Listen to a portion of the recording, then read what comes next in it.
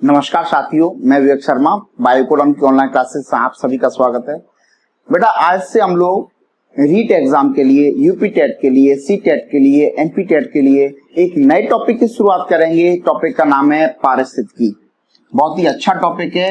Exam के अंदर इस टॉपिक से बहुत अच्छे अच्छे प्रश्न पूछे जाते हैं। पारिस्थितिकी टॉपिक को चालू करेंगे। इकोलॉजी कहते हैं।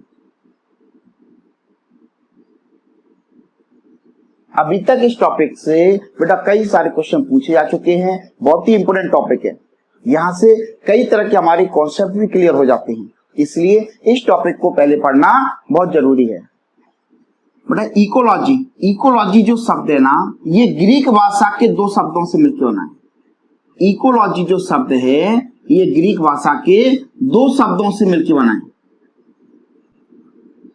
एक होता है बेटा ओइकोस। कौन सा शब्द होता है? ओइकोस होता है। ओइकोस, और ओइकोस का मतलब होता है हैबिटेट। हैबिटेट मतलब होता है वासस्थान। हैबिटेट का मतलब क्या होता है? वासस्थान होता है। दूसरा होता है लोगस, और लोगस का मतलब होता है अध्ययन करना। लोगस का मतलब अध्ययन करना। ध्यान से समझे, यानी कोई भी जीवधारी है उसके वासस्थानों का अध्ययन करना। हमारी प्रकृति के अंदर जो जीवधारी होते हैं, उन जीवधारियों का उनके वातावरण के साथ क्या संबंध है, उस संबंध का अध्ययन करना, उसी को हम लोग क्या कहते हैं? इकोलॉजी कहते हैं, पारिस्थितिकी कहते हैं। क्लियर है तीसरी बात साथियों? ओइकोस मतलब वासस्थान। वासस्थान किसका? जीवधारियों का, पेड़ पौधों का, जंतुओं का। हमारी प्रकृति के अंदर विभिन्न प्रकार की प्रजातियां निवास करती हैं। इन सभी का अपना जो वासस्थान है, उस वासस्थान में ये अपने वातावरण के साथ किस प्रकार से अंतरक्रिया करती हैं, उनका संबंध किस प्रकार से जुड़ा हुआ है, इसी बात को हम लोग क्या कहते हैं? इकोलॉजी कहते हैं, पारिस्थितिकी कहते हैं। पारिस्थितिकी जो है बेटा, आपको बता दें, पारिस्थितिकी के अंदर जो पारिस्थितिक तंत्र है, पारिस्थितिक तंत्र को पारिस्थितिकी की मूल संरचनात्मक एवं क्रियात्मक इकाई कहते हैं। संरचनात्मक एवं क्रियात्मक इकाई कहते हैं। इस बात को ध्यान रखना है, बहुत इंपोर्टेंट बात है। पारिस्थितिक तंत्र को पारिस्थितिकी की, ये लिखा हुआ है, पारिस्थितिक तंत्र को पारिस्थितिकी की मूल संरचनात्मक एवं क्रियात्मक इकाई कहा जाता है। इस बात को ध्यान रखना है। पारिस्थितिक तंत्र एक छोटा तंत्र होता है और पारिस्थितिकी एक बड़ा सिस्टम है, जिसके अंतर्गत कई प्रकार के पारिस्थितिक तंत्रों को सम्मिलित किया जाता है। उससे हम लोग क्या कहते हैं? पारिस्थितिकी कहते हैं। क्या कहते हैं उसे? पारिस्थितिकी कहते हैं। पारिस्थितिकी जो शब्द है, ये किसने दिया था? पारिस्थितिकी शब्द को दिया था अर्नस्ट हीकल ने। पारिस्थितिकी जो शब्द है, इस शब्द को अर्नस्ट हीकल ने दिया था। बात से हमारी है, अर्नस्ट हीकल। और अर्नस्ट हीकल के अनुसार पारिस्थितिकी क्या होती है? जीव विज्ञान की वो शाखा, ध्यान रखना साथियों, जीव विज्ञान की वो शाखा जिसके अंतर्गत जीवधारियों का उनके वातावरण के साथ अंतर संबंधों का अध्ययन किया जाता है, उसे पारिस्थितिकी कहते हैं। हीकल के अनुसार क्या है? हीकल के अनुसार क्या है? जीव विज्ञान की वो शाखा, एक बार फिर ध्यान से सुने, जीव विज्ञान की वो शाखा जिसके अंतर्गत जीवधारियों का उनके वातावरण के साथ संबंध का, अंतर संबंध का जो अध्ययन किया जाता है, उसे क्या कहते हैं? पारिस्थितिकी कहते हैं। मैं लिख देता हूं, जीवधारियों और वातावरण के मध्य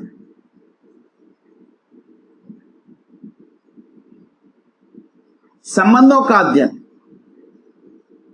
ये कीवर्ड है, ये आपको याद रखना है। जीवधारी और वातावरण के मध्य संबंधों का अध्ययन, उसी को क्या कहते हैं? पारिस्थितिकी कहते हैं। एक वैज्ञानिक हमारे और हैं जिनका नाम है ओडम। उनके अनुसार क्या है? ओडम के अनुसार, ओडम के अनुसार, ओडम के अनुसार साथियों पारिस्थितिकी किसे कहते हैं? ओडम के अनुसार क्या है? हमारी प्रकृति की संरचना एवं कार्यों का अध्ययन जो है उसी को मिला के कहते हैं पारिस्थितिकी। क्या कहते हैं? पारिस्थितिकी कहते हैं। मैं लिख देता हूं साथियों, प्रकृति की संरचना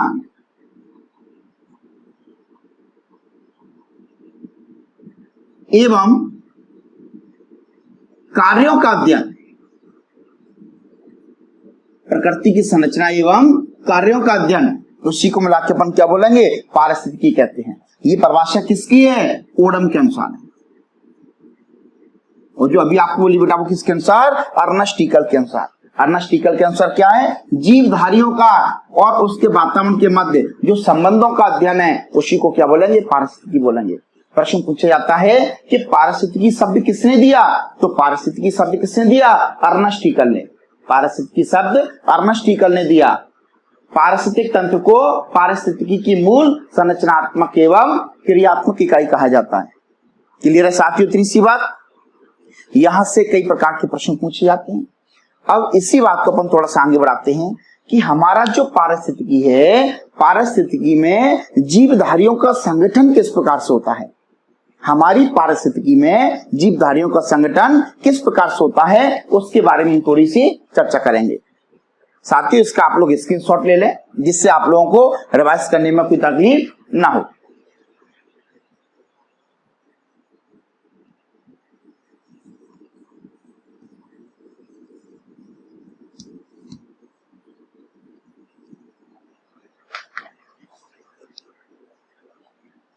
साथियों अपन लिखेंगे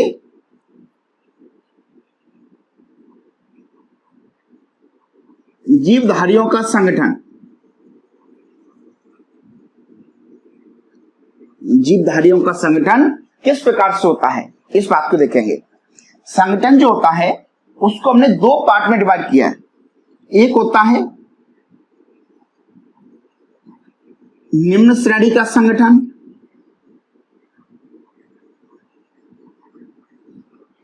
और साथियों दूसरा संगठन जो है उससे कहते हैं उच्च श्रेणी का संगठन। जीवधारियों का दो प्रकार का संगठन होता है, निम्न श्रेणी का संगठन और उच्च श्रेणी का संगठन। निम्न श्रेणी का जो संगठन है वो कोशिका से पहले पहले तक का होता है। हमारी प्रकृति के अंदर सबसे छोटी इकाई क्या है? सबसे मूल इकाई क्या होती है? परमाणु। सबसे मूल इकाई परमाणु होती है। परमाणु मतलब इलेक्ट्रॉन, प्रोटॉन व न्यूट्रॉन्स होती है। परमाणु जब मिलेंगे तो परमाणु के मिलने से क्या बनेगा? अणु मिलेगा। और अणुओं के मिलने से बनते हैं सरल यौगिक और सरल यौगिकों से मिलकर के बनते हैं जटिल यौगिक। क्या बनेंगे? जटिल यौगिक बनेंगे। और इन जटिल यौगिकों से आगे जाके बनता है प्रोटोप्लाज्म। प्रोटोप्लाज्म बनेगा जिससे आगे जाकर के क्या बनती है? कोशिका बनती है। क्लियर है साथियों? ये हमारा निम्न श्रेणी का संगठन है। इस प्रकृति के अंदर कोई सा भी जीवधारी हो उसका शरीर किससे मिलकर बना हुआ? कोशिका से। और जो कोशिका है वो कोशिका कैसे बनी? वो कोशिका कैसे बनी? सबसे पहले जो परमाणु थे उन्होंने आपस में संयोग किया। जीवन की उत्पत्ति के समय परमाणु जो थे उन्होंने आपस में संयोग किया और क्या बन गए? अणु बन गए। और अणुओं के मिलने से क्या बना? सरल यौगिक। उन सरल यौगिक के मिलने से क्या बने? जटिल यौगिक। और उनके आपस में जैव रासायनिक संगठन हो जाने से क्या बन गया? प्रोटोप्लाज्म। और इसी प्रोटोप्लाज्म से क्या बनी? कोशिका। ये हमारा जो संगठन है इसी को कहते हैं निम्न श्रेणी का संगठन। अब इसके आगे जो संगठन आता है उसे बोलेंगे उच्च श्रेणी का संगठन। उच्च श्रेणी का संगठन। उच्च श्रेणी का संगठन किस प्रकार से होता है? हमारी शुरुआत होगी कोशिका से। जब कोशिकाएं आपस में मिलती हैं तो इनसे क्या बनेगा? ऊतक। It mean cell. और सेल के मिलने से क्या बना? टिश्यू, ऊतक, और ऊतक के मिलने से क्या बनेगा? अंग, ऑर्गन बनेगा, और अंग के मिलने से बनता है अंग तंत्र, ऑर्गन सिस्टम, और अंग तंत्र से पूरा क्या बनेगा? जीव बनेगा, जीव या जीवधारी, जीव या जीवधारी बनेगा, पूरा ऑर्गेनिज्म बनेगा। और ध्यान रखना है साथियों, जीवधारियों के मिलने से, जीवधारियों के मिलने से बनती है क्या? जनसंख्या, जनसंख्या या समष्टि, या इसी को साथियों कहते हैं आबादी, पॉपुलेशन, पॉपुलेशन कहते हैं, आबादी कहते हैं। और इसके मिलने से क्या बनेगा? आबादी के मिलने से बनती है जाति, क्या बनेगी? जाति, स्पीसीज बनती है। और जाति के मिलने से बनेगा समुदाय,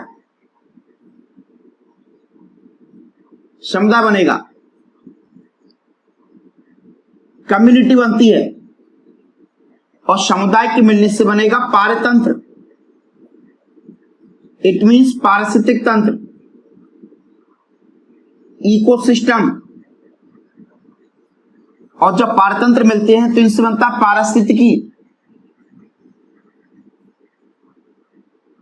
क्या बनेगा? पारिस्थितिकी बनेगी, इकोलॉजी बनती है। बात समझ में आ रही है साथियों आपको? और पारिस्थितिकी इसके मिलने से क्या बनेगा? जैवमंडल, क्या बनेगा? जैवमंडल, बायोस्फीयर।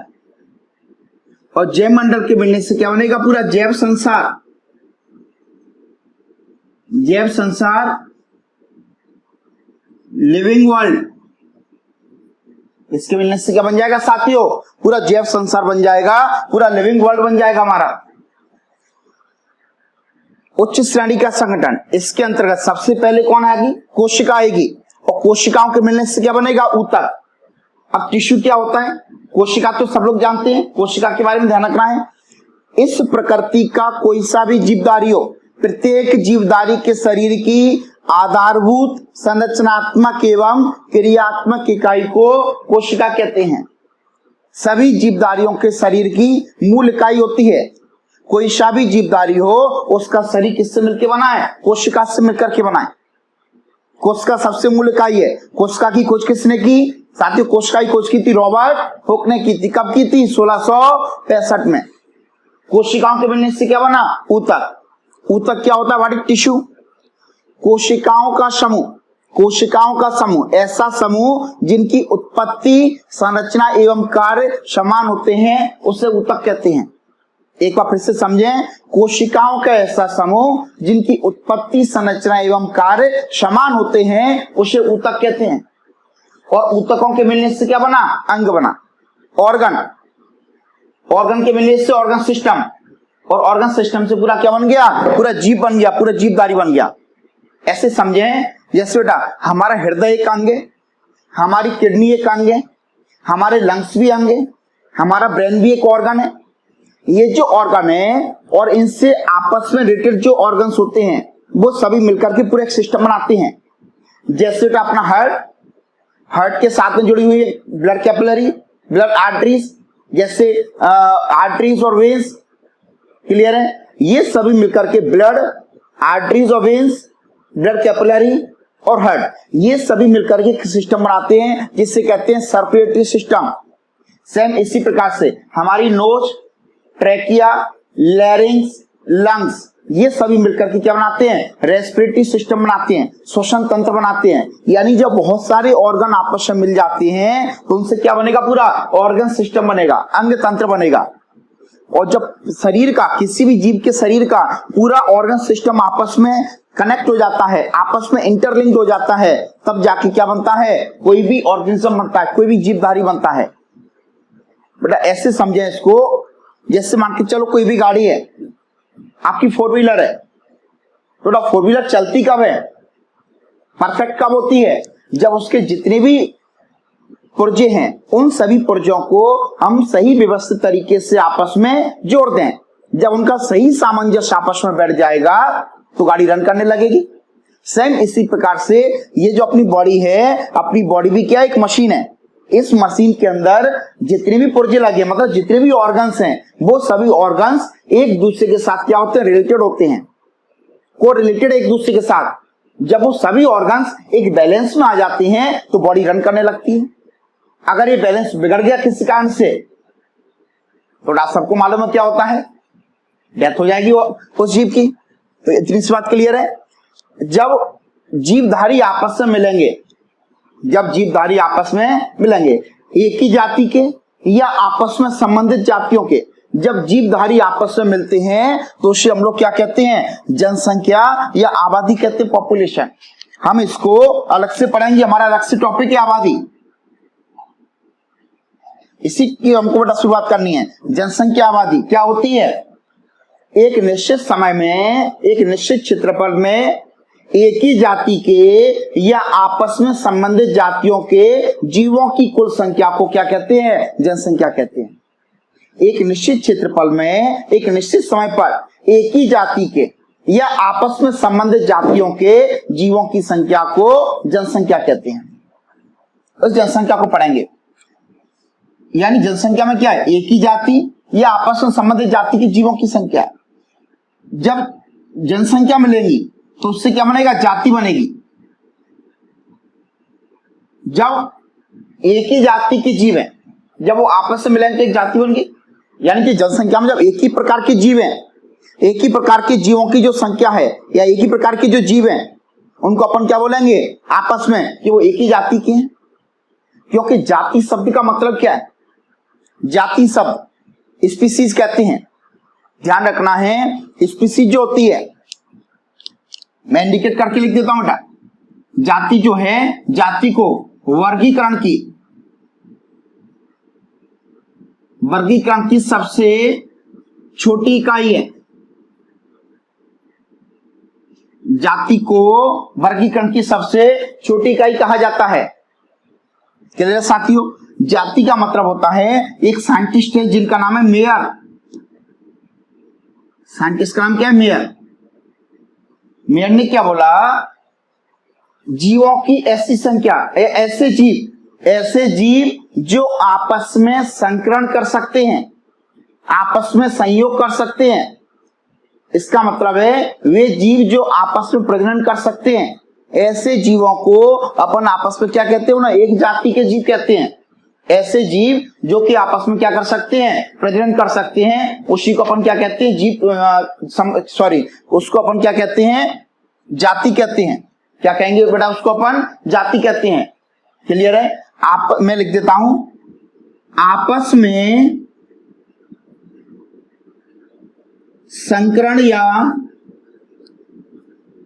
संयोग करने वाले जीवों को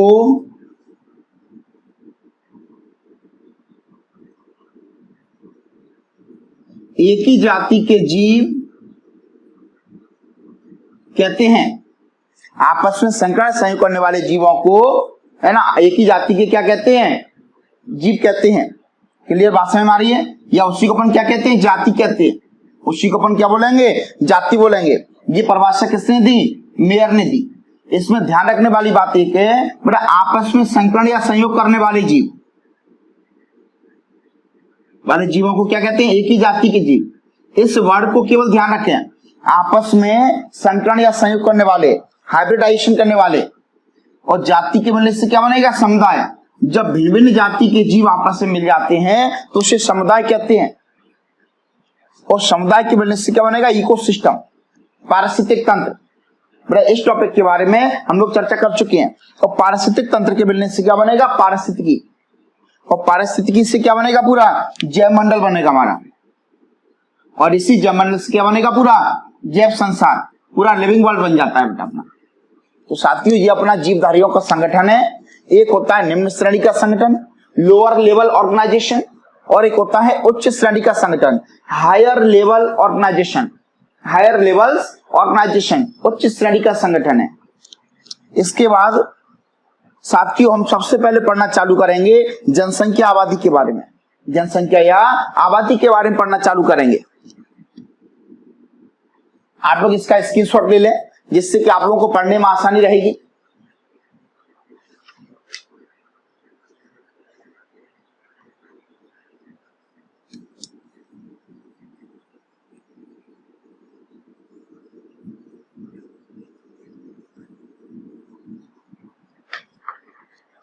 साथियों हम लोग स्टार्ट करेंगे जनसंख्या के बारे में। जनसंख्या या इसी का एक नाम और है समष्टि, या इसी को हम लोग आबादी भी कहते हैं। इंग्लिश में एक ही वर्ड है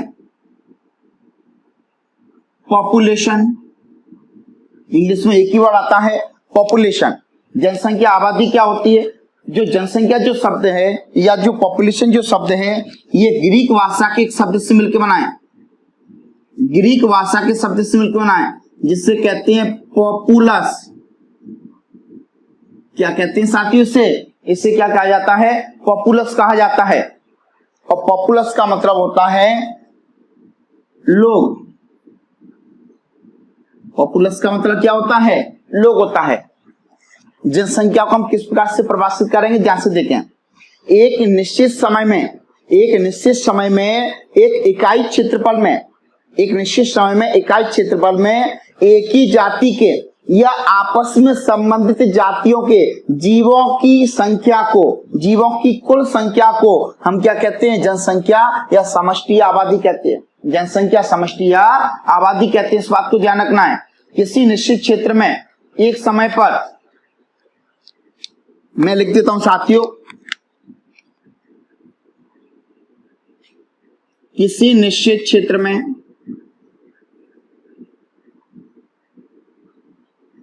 एक समय पर एक ही जाति या आपस में संबंधित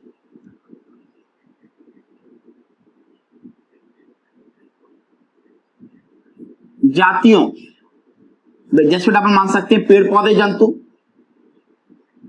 पेड़ पौधे और जंतु आपस में संबंधित जातियों के जीवों की संख्या को, जीवों की संख्या को क्या कहते हैं? हम जनसंख्या कहते हैं। जीवों की संख्या को जनसंख्या कहा जाता है। इस बात को हम लोग ध्यान रखेंगे। क्लियर है? ये इसकी परिभाषा हो गई। किसी निश्चित क्षेत्र में एक समय पर एक ही जाति या आपस में संबंधित जातियों के जीवों की संख्या को जनसंख्या कहते हैं। इस बात को ध्यान रखेंगे। एक साइंटिस्ट है, एक चीज और याद रखेंगे, एक साइंटिस्ट है जिनका नाम है विन एडवर्ड। साइंटिस्ट का नाम क्या है? Win Edward. इन्होंने एक शब्द दिया था कि जो जनसंख्या होती है एक स्वनियंत्रित इकाई है। स्वनियंत्रित इकाई होती है। जनसंख्या कैसी है? स्वनियंत्रित, सेल्फ रेगुलेटेड।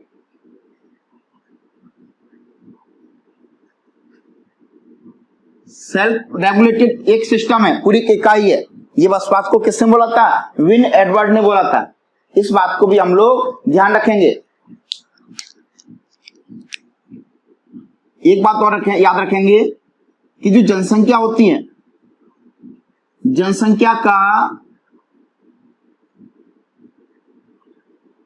सांख्यिकीय मतलब लक्षणों का अध्ययन, जनसंख्या का जनसांख्यिकीय अध्ययन क्या कहलाता है? डेमोग्राफी। डेमोग्राफी कहलाता है। जनसंख्या का जो जनसांख्यिकीय अध्ययन है उसे हम लोग क्या कहते हैं? डेमोग्राफी कहते हैं। क्या कहेंगे उसे? हम लोग डेमोग्राफी कहते हैं। इस बात को आप लोगों को ध्यान रखना है। एक शब्द और याद रखें, एक वैज्ञानिक हैं जिनका नाम आता है क्लार्क। वैज्ञानिक का नाम क्या है? क्लार्क। क्लार्क ने जो जनसंख्या होती है इस जनसंख्या को दो भागों में डिवाइड किया था। साथियों, क्लार्क ने जनसंख्या को दो पार्ट में डिवाइड किया था। एक होती है एक जाति समष्टि और एक होती है मिश्रित समष्टि। एक कौन सी होती है? इसे बोलते हैं मोनो स्पेसिफिक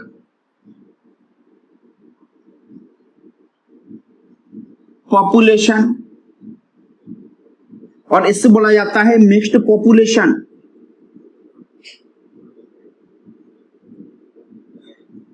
मोनो स्पेसिफिक जो पॉपुलेशन होती है, इसका मतलब है एक ही जाति के जीवों की संख्या, एक ही जाति के जीवों की संख्या, उसे क्या बोलेंगे हम लोग? एक जातीय समष्टि, मोनो स्पेसिफिक पॉपुलेशन। और मिश्रित का मतलब होता है एक से अधिक जाति के जीवों की संख्या।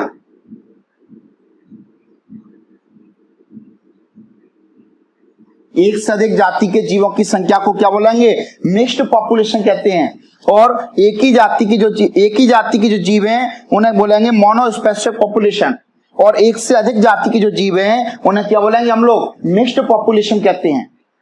तो ये पॉपुलेशन के बारे में छोटी सी बात आपको याद रखनी है कि जनसंख्या क्या होता है? किसी निश्चित क्षेत्र में एक समय पर एक ही जाति के या आपस में संबंधित जातियों, जैसे पेड़ पौधे जंतु हो सकते हैं, कि जीवों की संख्या को जनसंख्या कहते हैं।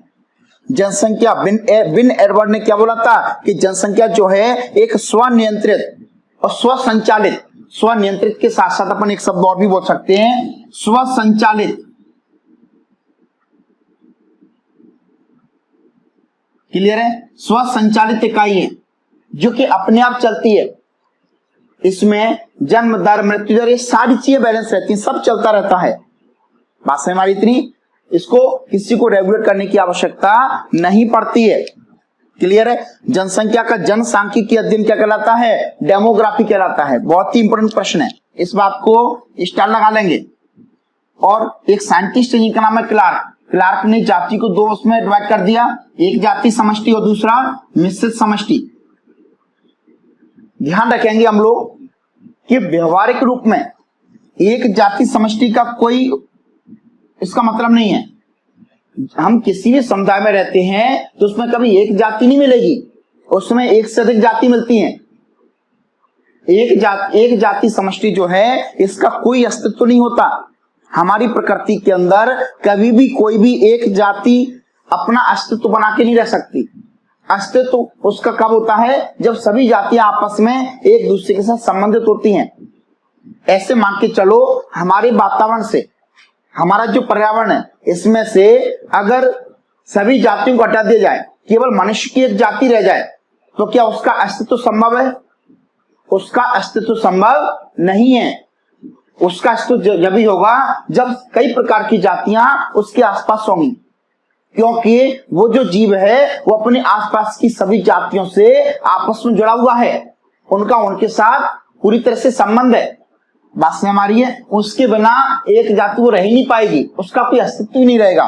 तो इस बात को ध्यान रखना है कि हमारा जो समुदाय है उसके अंदर मिश्रित समष्टि होती है, मिक्स्ड पॉपुलेशन होती है। इसका मतलब हमारे समुदाय के अंदर एक से अधिक प्रकार की जातियां एक साथ निवास करती हैं। एक से अधिक प्रकार की जातियां एक साथ क्या करती हैं? निवास करती हैं। उसी बात को हम लोग बोलते हैं मिक्स्ड पॉपुलेशन। साथ ही इसका स्क्रीनशॉट ले लें। अब हम लोग बात करेंगे कि जनसंख्या जो होती है इसके कौन कौन से लक्षण हैं। जनसंख्या के लक्षणों के बारे में बात करेंगे।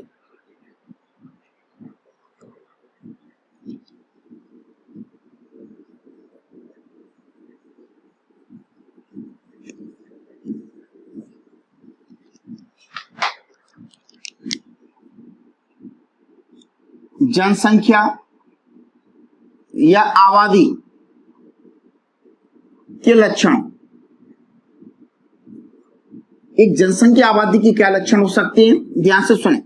सबसे पहला लक्षण उसका आता है जनसंख्या घनत्व।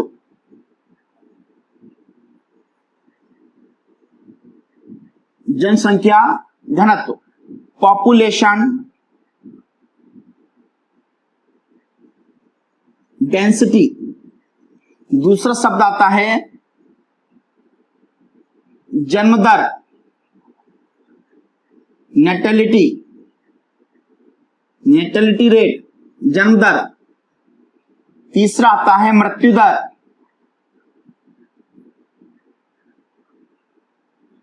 मॉर्टेलिटी रेट, डेथ रेट या मॉर्टेलिटी भी कहते हैं, अकेला नेटेलिटी भी कह सकते हैं, या डेथ रेट कह सकते, या बर्थ रेट कह सकते हैं। दूसरा अपना मॉर्टेलिटी या डेथ रेट कहते हैं। क्लियर? तीसरी बात, इस बात को ध्यान रखना है। इसके अलावा है लिंग अनुपात,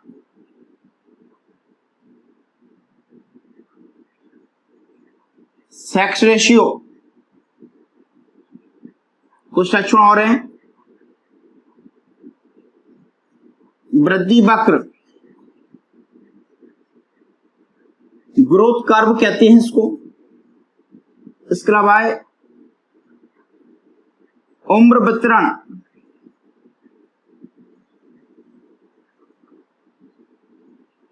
एज डिस्ट्रीब्यूशन। अगला समष्टि साम्यावस्था,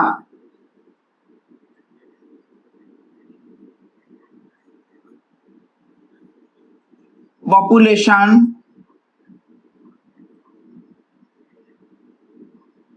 इक्विलिब्रियम। इसके अलावा है समष्टि परिक्षेपण, समष्टि परिक्षेपण। इतने सारे पॉइंटों को हम लोग को याद रखना है। इसे बोलते हैं पॉपुलेशन डिस्पर्सन, पॉपुलेशन डिस्पर्सन। साथियों, ये जनसंख्या आबादी के कुछ महत्वपूर्ण लक्षण हैं जिनके बारे में हम लोगों को जानना आसान है, जरूरी है बेटा। इसमें से कुछ पॉइंट ऐसे जैसे जनसंख्या घनत्व, जन्म दर, मृत्यु दर, लिंग अनुपात, वृद्धि वक्र, समष्टि साम्यावस्था, समष्टि, इन सभी में से अभी तक एग्जाम के अंदर प्रश्न पूछे जा चुके हैं। जब भी सीटेट का पेपर आता है तो उसमें प्रश्नों को घुमा करके पूछा जाता है। विद्यार्थी बोलते हैं कि सर क्वेश्चन इस तरीके से घुमा के आता है कि उसकी भाषा समझ में नहीं आती। भाषा समझ में आपको 100% आएगी कब? जब हम सभी प्रकार के जो बेसिक कॉन्सेप्ट हैं उनको क्लियर कर लें, क्योंकि हमको एक एक क्वेश्चन के लिए मेहनत करना है, एक एक क्वेश्चन के लिए एक एक टॉपिक पढ़ना होता है। जब वो मेहनत कर लेंगे तभी हम लोगों को सफलता हाथ लगेगी। कंपटीशन बहुत हाई है, मेहनत करनी पड़ेगी, बिना मेहनत के एग्जाम नहीं निकाल पाओगे, इसलिए अच्छे से पढ़ाई करना है। इसमें हम सबसे पहले बात करेंगे पॉपुलेशन डेंसिटी के बारे में, जनसंख्या घनत्व के बारे में बात करेंगे कि पॉपुलेशन डेंसिटी क्या होती है। रटना नहीं है साथियों, किसी भी बात को, किसी भी पॉइंट को रटना नहीं है। आपको जहां भी समझ में ना आए आपको मुझे कमेंट्स बॉक्स में बताना है कि सर हमको ये चीज समझ में नहीं आई। आप जो भी कमेंट्स बॉक्स में अपना प्रश्न डालोगे, अगली क्लास स्टार्ट करने से पहले मैं आपके सारी प्रॉब्लम्स को सॉल्व कर दूंगा, लेकिन आपको प्रॉब्लम्स तो बतानी पड़ेगी। जनसंख्या घनत्व, पॉपुलेशन डेंसिटी के बारे में जानेंगे। पॉपुलेशन डेंसिटी का मतलब होता है, ध्यान से सुने, इससे अपन लिखेंगे D equal to N upon S, D equal to N upon S। N का मतलब होता है कुल जीवों की कुल संख्या। N का मतलब क्या होता है? जीवों की कुल संख्या। और S का मतलब होता है इकाई क्षेत्रफल या आयतन की संख्या। इकाई क्षेत्रफल या आयतन की संख्या, बात से हमारी है। इकाई क्षेत्रफलों या आयतनों की संख्या को क्या कहते हैं अपन? ध्यान से सुनें, जनसंख्या घनत्व परिभाषा कैसे बोलेंगे? इकाई क्षेत्रफल या आयतन में उपस्थित जीवों की कुल संख्या को जनसंख्या घनत्व कहते हैं। क्या बोलेंगे? जनसंख्या घनत्व। इकाई क्षेत्रफल या आयतन में उपस्थित जीवों की संख्या को क्या बोलेंगे? जनसंख्या घनत्व कहते हैं। मैं लिख देता हूं साथियों, प्रति इकाई क्षेत्रफल या आयतन में उपस्थित जीवों की संख्या को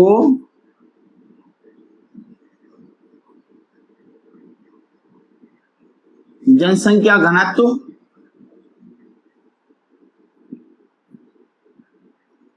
कहा जाता है। ऐसे समझे साथियों, ये अपने पास इकाई क्षेत्रफल है, ये अपने पास इकाई क्षेत्रफल है, समान क्षेत्रफल है। इसमें जीवों की संख्या जिसमें ज्यादा होगी, ये इसमें अपन कुछ मुंडियां बिठा देते हैं। ये इकाई क्षेत्रफल है, ये कुछ छोटे छोटे विद्यार्थी इसके अंदर बैठे हुए हैं।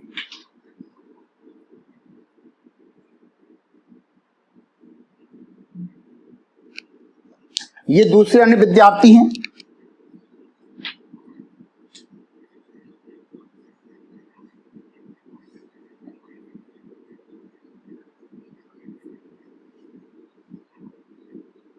बेटा ये आपके समदा वाले स्टूडेंट हैं और ये आपके पीएससी वाले स्टूडेंट हैं।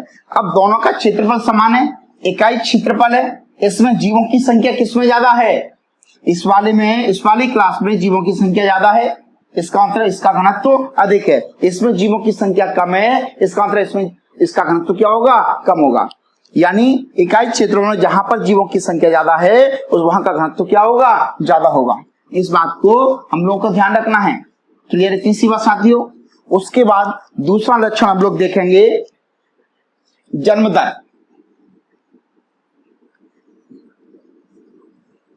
दूसरे लक्षण के बारे में बात करेंगे जिसे हम लोग कहते हैं क्या? जन्म दर कहते हैं।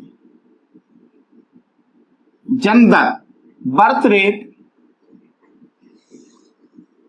या इसी को कहते हैं नेटेलिटी। बर्थ रेट या नेटेलिटी कहते हैं।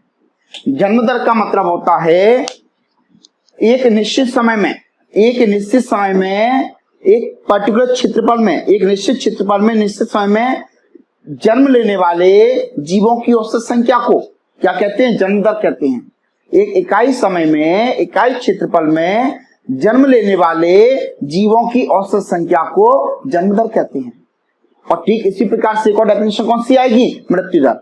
मृत्यु दर का मतलब क्या है? इकाई समय में, इकाई क्षेत्रफल में मरने वाले जीवों की औसत संख्या को हम लोग क्या कहते हैं? मृत्यु दर कहते हैं। साथियों ध्यान रखना है, जब भी जन्म दर निकालना हो, मृत्यु दर निकालना हो, लिंग अनुपात निकालना हो, जन्म दर और मृत्यु दर बेटा खासकर इनको हम लोग प्रति 100 या 1000 व्यक्तियों पर देखते हैं, और लिंग अनुपात को हम मोस्टली 1000 व्यक्तियों के हिसाब से देखते हैं कि प्रति 1000 पुरुषों पर महिलाओं की कितनी संख्या है। प्रति 1000 पुरुषों पर महिलाओं की संख्या को लिंग अनुपात कहते हैं। लेकिन जन्म दर और मृत्यु दर जो होती है, इससे मेनली हम लोग या तो 100 पुरुषों पर या अपन कितने पे देखेंगे? 1000 पुरुषों पर देखा जाता है, 1000 व्यक्तियों पर देखा जाता है। उसी को अपन क्या कहते हैं? जन्म दर कहते हैं। क्या बोलेंगे इसे अपन? जन्म दर। इसका फॉर्मूला याद कर लेते हैं। जन्म दर बराबर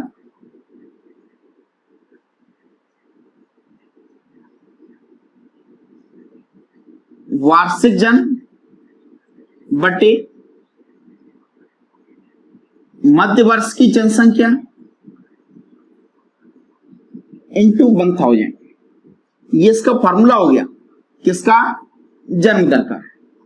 जन्म दर का फॉर्मूला क्या हो गया? वार्षिक जन्म बटे मध्य वर्ष की जनसंख्या इंटू 1000। परिभाषा कैसे बोलेंगे? इकाई समय में किसी समष्टि द्वारा, मैं लिख देता हूं,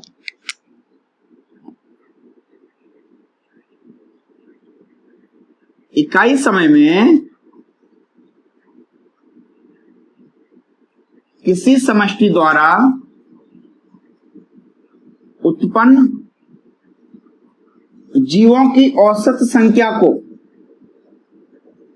उत्पन्न जीवों की औसत संख्या को जन्म दर कहते हैं। क्या कहते हैं उसे, उसकी जन्म दर कहते हैं। साथियों दूसरा हम लोग देखेंगे मृत्यु दर, डेथ रेट, या इसी को कहा जाता है मॉर्टेलिटी। क्या कहते हैं इसी को, मॉर्टेलिटी कहते हैं। मृत्यु दर का मतलब क्या है, समझे इसे। इकाई समय में किसी समष्टि द्वारा मरने वाले जीवों की औसत संख्या को क्या कहते हैं, मृत्यु दर कहते हैं। लिख देते हैं, इकाई समय में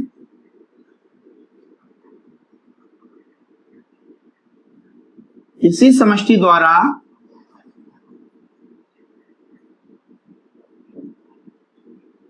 मरने वाले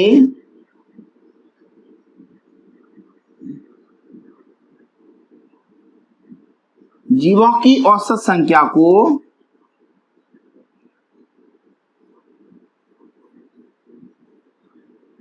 क्या कहते हैं, मृत्यु दर कहते हैं।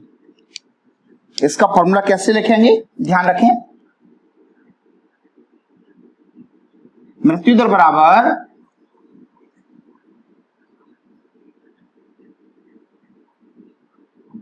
वार्षिक मृत्यु अपॉन मध्य वर्ष की